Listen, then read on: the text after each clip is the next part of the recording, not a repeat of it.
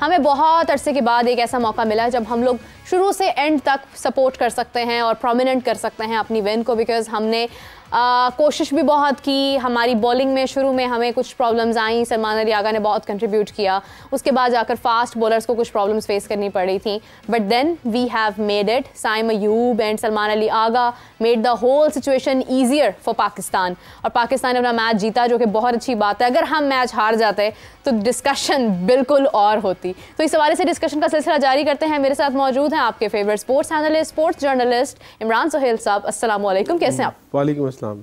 आप कैसे हैं आप इमरान साहब? ठीक हैं, अल्लाह का शुक्र। आज तो खुशी का दिन है, आज आपको ग्रीन पहनना चाहिए था, आप आज ब्लैक कलर पहन कर आ गए। मुझे पता नहीं था, इमरजेंसी में आ गया, वरना मैं कुछ और पहन के आता। अरे क्या बात है, क्या बात है। इमरान साहब, मैं एक बात सोच रही थी कि जब लास्ट मोमेंट पर मैच था उस वक्त मुझे लग रहा था कि मैच हमारे हाथ से निकल रहा है, क्योंकि बॉल टू बॉल स्कोर था, लेकिन विकेट्स हमारी बड़ी तेजी से गई, जो शुरू की कुछ विकेट्स गई हैं। शाहीन जब स्कोर नहीं कर रहा था, मुझे उस वक्त भी डाउट हो रहा था कि शाहीन अब आउट होगा, बिकॉज शाहीन को बॉल नजर नहीं आ रही थी, ऐसे लग रहा था जैसे he can not see the ball, और वही हुआ कि वो 0 पर आउट हो गए। मेरे ख्याल से उनको 6 डिलीवरीज हुई थी, और उसके बाद अगर हम देखते हैं तो फिर सलमान अली आगा का साथ दिया नसीम शाह ने। उस मोमेंट पर खुदा ना खास्ता अगर हम मैच हार जाते तो कहीं ना कहीं हम ये कह सकते थे कि साइम ने सेंचुरी की है, 115 बॉल समथिंग पर उसने अपना पूरा स्कोर किया, और बड़ा लास्ट में आके बड़े आराम से किया। बॉल्स हमारे पास बाकी थी। डोंट यू थिंक एक ऐसा एक माइंड बन सकता था कि शायद उसने सेल्फिश इनिंग्स खेली फॉर द सेंचुरी? देखिए, मेरा ख्याल है कि साइम अयूब की इनिंग वो इनिंग है जिस सेंसिबल इनिंग। हाँ, उसने पहली दफ़ा इम्प्रेस किया है कि वो रिस्पॉन्सिबल मैन। दूसरी बार वो खैर 98 I consider it as a century. One day की बात कर रहा हूँ, वनडे में मुझे लगा कि हाँ वो वाकई रिस्पॉन्सिबल है। उसने देखिए वो प्लेयर हमेशा बड़े प्लेयर बनते हैं जो अपनी गलतियों से सीखते हैं। हाँ, ये बात हम बहुत सारे लोगों के लिए करते हैं, लेकिन वो कल भी मैच खेले और उन्होंने अपनी गलती से नहीं सीखा, और ना ही वो सीखेंगे। कौन? नन अदर देन किंग, जिसको लोग कहते हैं बाबर आजम। ठीक है, देखिए बात वो है कि हमेशा से हम समझते हैं कि लेजेंड वो बना है जिसका स्टार्ट थोड़ा सा बुरा हुआ, लेकिन उसने अपने आप को संभाला। यही होता है शार्प माइंड लोग, समझदार लोग और जिम्मेदार लोग। साइम अयूब के बारे में हम लोगों ने बहुत तनकीद की। मैं स्टार्ट में बहुत तनकीद करता था, मुंह उठा के शॉट मार देता है, बट उसको रियलाइज हुआ कि मुंह उठा के शॉट नहीं मारना है, और कब मारना है, कैसे मारना है, अब उसने सीख लिया है। सो इनिंग डेवलप की, उसने देखा कि मेरे सामने विकेटें गिर रही हैं तो मैंने रिस्पॉन्सिबिलिटी पूरी करनी है। फिर उसके बाद सलमान अली आगा है, जिसको हम कहते हैं कि वो pure lower middle order batsman है। तो देखिए उसके सही नंबर पे खिलाया, उसको उसने रन्स किए ओडीआई में। उस T20 में जगह नहीं बनती उसकी। आप उसके साथ भी ज्यादती कर रहे हैं और वो किसी के साथ भी ज्यादती कर रहे हैं। तो कल उसने दिखाया कि हाँ, मेरी जहाँ जगह बनती है मुझे वहाँ खिलाया जाए, मैं रिस्पॉन्स करूँगा। और इसी तरह साइम अयूब को मैं एक दफ़ा कंग्रेचुलेट करूँगा कि उसने वाकई ये साबित किया कि वो जिम्मेदार एक आने वाला पाकिस्तान का स्टार है। अभी स्टार नहीं बना, और मैं अभी स्टार हमें बनाने भी नहीं चाहिए नहीं। और मैं पहले भी ये बात कर चुकी थी, मगर मुझे अभी नहीं करनी है ये बात, कि जिस अंदाज में मैंने उन्हें गाइड करते हुए देखा, आई कैन सी कि अगर हम उसको इसी तरह से ग्रूम करते हैं, मैचेस नहीं लेते हैं, मैचेस खेलने देते हैं, जगह बनाने देते हैं, तो we can consider him as a very good captain of Pakistan. Exactly. असल में देखिए, आपको पता लग जाता है कि आपने किसको चांसेस देने, किसको चांसेस नहीं देने। थिंक टैंक हमसे भी बहुत तगड़े बैठे हुए हैं, हम ही नहीं ज़्यादा सोचते, बहुत सारे लोग सोचते हैं।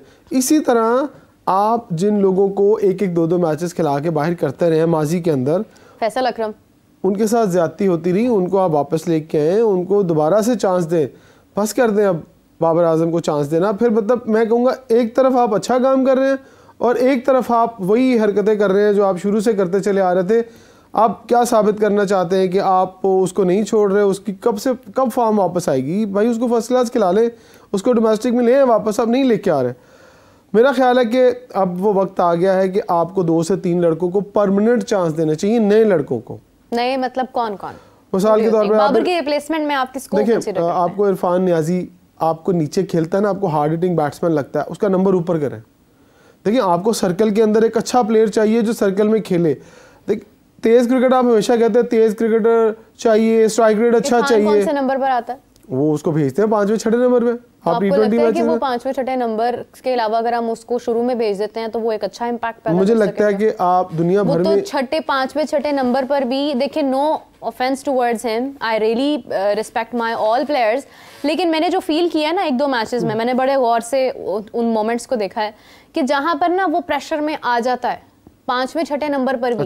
एक मिडिल ऑर्डर बैट्समैन के ऊपर प्रेशर निस्बतन ज्यादा होता है, मैं मानती हूँ, लेकिन एक ओपनिंग बैट्समैन जो होता है ना, या ओपनिंग आपका पेयर होता है सर्कल के अंदर, उसमें आपको बड़ा स्ट्रेटेजिकली खेलना पड़ता है। देखिए आपको वो क्या शॉट मारता है, वो अप शॉट खेलता है, ऊपर वाले शॉट खेलता है। तो जब आप पावर प्ले के ओवर होते हैं तो फील्डिंग अंदर होती है, फील्डर सिर्फ 2 बाहर होते हैं, थर्ड मैन बाहर रख लें, फाइन लेग बाहर रख लें, या आप एक आधा फील्डर कहीं अंदर करके बाहर कर लें, लेकिन जब वो अप शॉट खेलेगा सर्कल का फायदा वो उठाएगा।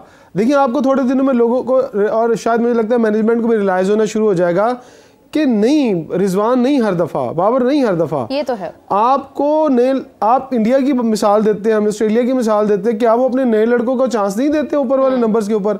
आपको one day cricket, white ball cricket के ऊपर कम से कम, मैं टेस्ट क्रिकेट की बात रेड बॉल की कर ही नहीं रहा, व्हाइट बॉल के ऊपर आपको अगर पहले ओवर्स में तेज रन करने हैं, आप समझते कि आपने दायरा लूटना है, तो फिर आपको इरफान नियाजी जैसे लड़कों को आगे लाना पड़ेगा, वही आगे ऊपर से स्ट्राइक रेट। देखिए एक तरफ आपके पास एक रिस्पॉन्सिबल बंदा आ गया ना साइम अयूब, अब आपको उसके साथ एक तगड़ा स्ट्राइकर चाहिए जो स्ट्राइक रेट चला कर रखे। अब आपने कितना किया, 246, आपका यहाँ पर रन अगर 300 के क्लोज होते तो आप कितना कंफर्टेबली अपने जो उसको रन्स को लेके चलते और आप उसको कंटेन करते। अब आपके ज़हन में यही है कि 246 है, हमारी विकेटें गिर जाएंगी, प्रेशर में आ जाएंगे। सो मुझे लगता है जब आपकी पहली बारी आएगी तो पहली बारी के अंदर 246 आपको वारा नहीं खाएगा, फिर आपको 250-300 रन करने ही करने हैं। अगर साउथ अफ्रीका चेस कर रहा होता तो आपको क्या लगता है कि वो मैच लूज कर जाता, वो भी मैच जीत जाता? उसकी रीजन पता क्या थी? उसकी रीजन ये थी कि हमारी फील्डिंग उतनी स्ट्रांग नहीं है जितनी फील्डिंग स्ट्रांग जो है वो साउथ अफ्रीका की है। हम उन्हें जाने देते, हम उनका अगर यही मतलब हमने स्कोर बनाया था और साउथ अफ्रीका इसको चेस कर रहा होता ना, तो वो शायद बहुत जल्दी इस स्कोर को पूरा कर लेते। अगर सलमान अली आगा ने एज ए स्पिनर 4 आउट पहली इनिंग में किए ना, तो मुझे लगता है मोर इफेक्टिव होते वो सेकंड इनिंग के अंदर, क्योंकि पिच का बिहेवियर चेंज हो चुका होता है, थोड़ा और स्पिन मिलता है, थोड़ा और ब्रेक मिलता है, फर्स्ट इनिंग में कम मिलता है। मुझे लगता है आपके दूसरे स्पिनर भी आपके काम आते हैं अगर आपको ये सिचुएशन देखनी है। हमेशा सेकंड बारी में स्पिनर ज़्यादा इफेक्टिव होते हैं। थोड़ा सा डिसएग्रीमेंट है, मतलब पाकिस्तान की तो विकेट्स निकालने में प्रॉब्लम आई है काफी। नहीं अगर सेकंड नहीं, मैं एक बात करूँ सेकंड इनिंग में अगर बॉलिंग करते हैं मतलब साउथ अफ्रीका को इतनी आसानी से विकेट्स नहीं वो निकाल पाए, इवन अगर हम फास्ट बॉलिंग क्यों नहीं है। आप ना स्ट्राइक रेट देखें ना, स्ट्राइक रेट को आप, अब सलमान अली आगा ने 91 के स्ट्राइक रेट से खेला है, साइम अयूब ने भी 91 के स्ट्राइक रेट से खेला है। सो मैं समझता हूँ कि आपको 100 के स्ट्राइक रेट से वनडे के ऊपर तो जाना चाहिए, 100 और 110 के ऊपर, जो अब मॉडर्न डे क्रिकेट आ रही है ना। देखिए यहाँ तो आपने साउथ अफ्रीका को फंसा लिया है, लेकिन जब आएंगी पिचेस थोड़ी फ्रेंडली आएंगी, अच्छी पिचेस आएंगी और दूसरी टीमें भी बड़ा स्कोर करेंगी, बड़े स्कोर का प्रेशर भी तो अलग होता है ना। आपको पता है कि आपको 300 सवा 300 करने हैं, तो फिर साइम भी तेज खेलेगा और 1-2 रैश शॉट मारेगा। अब यहाँ पर एक टेक्निकल पॉइंट आपको बताता हूँ कि यहाँ पर फ्रेंडली कंडीशंस क्यों आई साइम के लिए और स्पेशली सलमान अली आगा के लिए। रन्स कम थे, यहाँ रन्स होते 300 क्लोज, तो आप क्या करते? आप जरूर तेज खेलने जाते, आप अपना स्ट्राइक रेट तेज करने जाते और आप वो गलत शॉट मारते। यहाँ पर आपके पास मार्जिन नहीं था।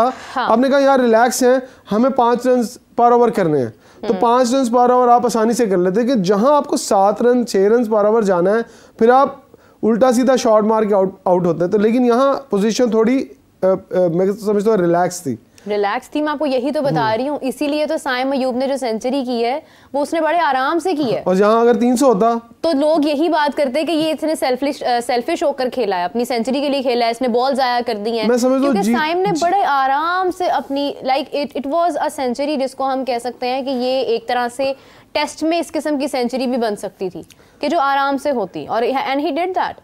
और सलमान अली आगा ने प्लस बड़ा कंट्रीब्यूट किया है, उन्होंने अंडरस्टैंड किया, एक उनकी नज़रों से गुफ्तगू भी हमने सुनी, इनफैक्ट गुफ्तगू तो हमने बहुत सारी सुनी कल, लेकिन ये है कि ये जो था स्ट्राइक रोटेट करने वाला मामला, इट वाज आल्सो बिकॉज कि हमारे पास 10-12 बॉल्स पड़ी थी पीछे राना बॉल के अलावा। लेकिन अभी आपका अब आपने रन्स कंप्लीट किए हैं 49.3 ओवर्स में, आई थिंक आपने रन चेस किए 3 बॉल पहले, मतलब आखिरी ओवर ही एक तरह से 3 बॉल पहले आपने चेस किए, तो आप क्लोज चले गए ना।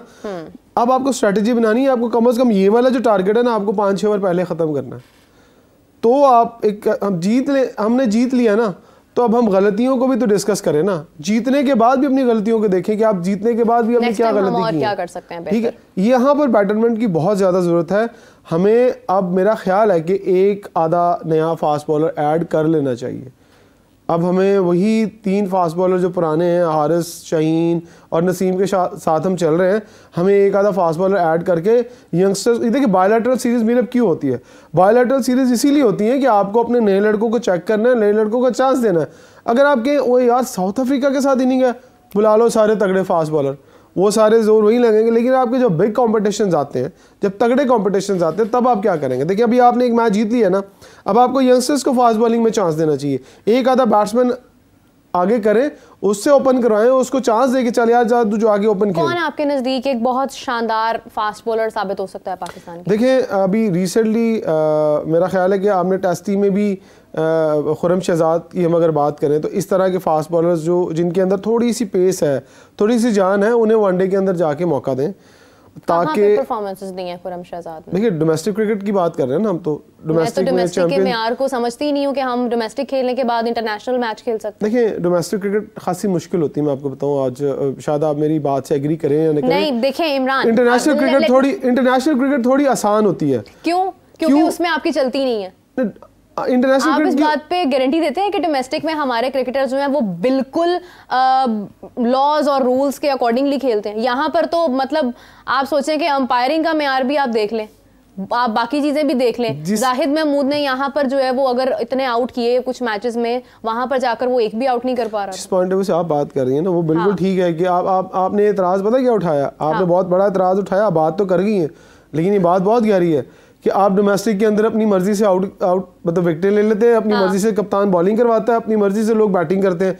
लेकिन जब आप इंटरनेशनल आते हैं तब आपको अपने गट्स के ऊपर खेलना पड़ता है, तब आप अपने टैलेंट पर खेलते हैं। तो जब कोई नीचे से ऊपर आएगा तो वो जोर लगाएगा, तो उसे वहां पर जिस दिन उसने परफॉर्म कर दिया तो लोग कहेंगे यार ये कहाँ छुपा हुआ था, क्यों नहीं खिलाते थे इसको। यही तो मैं कह रहा हूँ, निकाले नए लड़कों को, दें चांस।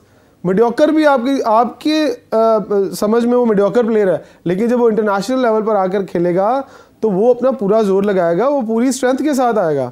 उसे पता है मैं यार पिछले 3-3, 4-4 साल से पाकिस्तान की डोमेस्टिक में परफॉर्म कर रहा हूँ, लेकिन खेल कौन रहा है? वही स्टार्स खेल रहे हैं, जो लाइकिंग और डिसलाइकिंग वाला कल्चर चल रहा है वही खेल रहा है। सो मुझे लगता है कि अब हमें निकालने पड़ेंगे।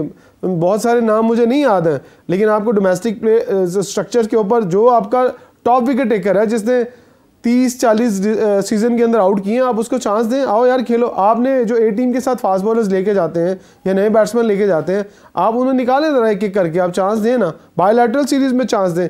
आप क्यों उन्हें कहते हैं जी चैंपियन ट्रॉफी में टीम बनानी, तो फिर सारे बुढ़े निकाल के आप ले आते हैं, सारे रिटायर्ड प्लेयर आप निकाल के ले आते हैं। ये शुरू का कल्चर है, आज का कल्चर नहीं है।